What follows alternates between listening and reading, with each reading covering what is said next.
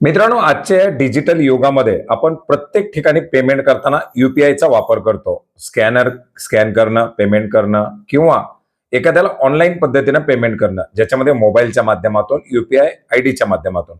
पण बऱ्याच वेळा आपल्याकडून असं पेमेंट करत असताना चुकीनं अनावधानानं एखाद्या चुकीच्या नंबरवरती पेमेंट होतं आणि मग अशा परिस्थितीमध्ये आपण केलेल्या पेमेंटचं काय होणार?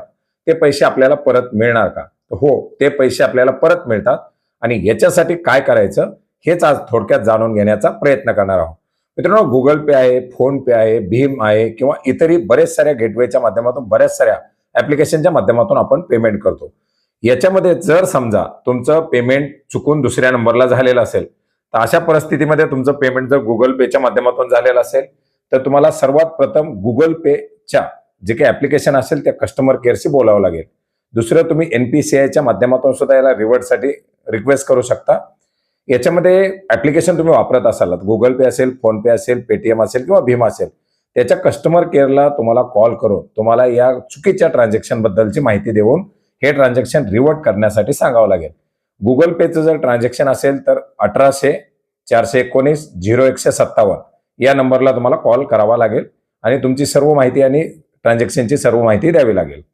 फोन पे असेल तर 080-68-72-73-74 किंवा 022-68-72-73-74 हा फोन पे साठीचा कस्टमर केअरचा नंबर तुम्ही वापरू शकता. पेटीएम असेल तर 0120-4456-456 हा नंबर तुम्ही वापरू शकता. आणि जर भीमचं ट्रान्झॅक्शन असेल तर 1800-120-1740 हा नंबर तुम्ही या ठिकाणी वापरू शकता. आणि याच्यावरच्या या नंबरवरती, या टोल फ्री नंबरवरती तुम्हाला कॉल करून तुमच्या ट्रान्झॅक्शनची माहिती द्यावी लागणार आहे. याच्या व्यतिरिक्त तुम्हाला एनपीसीआयच्या जे काही सपोर्ट टीम आहे त्याच्याकडे सुद्धा रिफंड टीमला रिपोर्टसाठी करू शकता. परंतु त्याच्यावरची जी प्रोसेस आहे ती थोडी लांबलचक आणि किचकट आहे. त्याच्यामध्ये तुम्हाला ट्रान्झॅक्शनचे पुरावे, चुकीचा पुरावा वगैरे वगैरे काही बरेच साऱ्या माहिती मागितली जाईल आणि त्याच्यामधून तुमचं ट्रान्झॅक्शन वैध आहे का ते चेक करून त्या ठिकाणी तुम्हाला पुढे रिफंडसाठीची प्रोसेस केली जाईल आणि याच्यासाठी थोडासा वेळ देखील जाऊ शकतो. परंतु जर तुम्ही वापरत असलेल्या त्या पेमेंटच्या ऍप्लिकेशन कडून जर तुम्हाला सपोर्ट मिळाला नाही, कस्टमर केअर कडून जर तुम्हाला रिस्पॉन्स मिळाला नाही किंवा त्या ठिकाणी तुम्हाला जर वाटलं की हा आपल्याला योग्य तो दाद मिळत नाही, तर त्यावेळेस तुम्ही एनपीसीआयच्या पोर्टलला npci.org.in हे जे पोर्टल आहे या पोर्टलवरती जाऊन तक्रार फॉर्म भरू शकता. याच्यामध्ये तुम्हाला सर्व व्यवस्थित अशी माहिती त्या ठिकाणी द्यावी लागेल.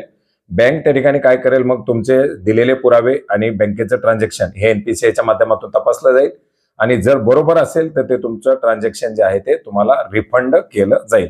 त्याच्यामुळे पैसे चुकून जाऊ नयेत, पण जरी गेले तरी घाबरू नका. अशा पद्धतीने तुम्ही ते पैसे रिफंड घेण्यासाठी प्रयत्न करू शकता. तर मित्रांनो, अशा प्रकारची एक महत्वाची माहिती होती जी तुम्हाला नक्की उपयोग पडेल अशी आशा करतो. भेटूयात नवीन माहितीसह, नवीन अपडेटसह. धन्यवाद.